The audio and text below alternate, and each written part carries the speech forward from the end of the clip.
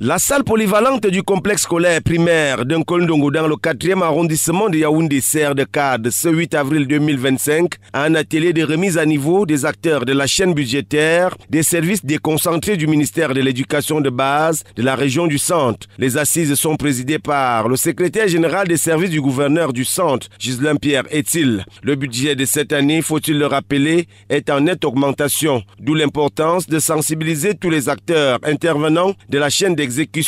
C'est un atelier que nous tenons de façon routinière en début d'exercice budgétaire pour mettre à niveau tous les acteurs du circuit de la dépense, du sectoriel de l'éducation de base, afin que les uns et les autres s'imprègnent des arcanes de l'exécution budgétaire pour éviter les fautes de gestion.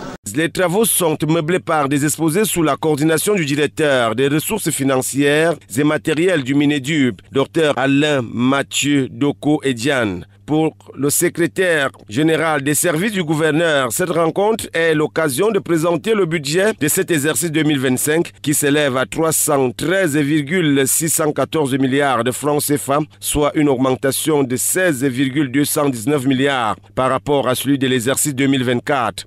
Cette innovation qu'il faut maîtriser au niveau des assurances scolaires. Alors, jadis, les assurances étaient prélevées dans les cartons de crédit de fonctionnement, n'est-ce pas, pour les écoles primaires et dans les frais exigibles dans les écoles maternelles. Aujourd'hui, on dit non, les 100 francs là, nous allons les réorienter ailleurs. Vous avez compris? Et que l'administration centrale s'occupe de l'assurance scolaire.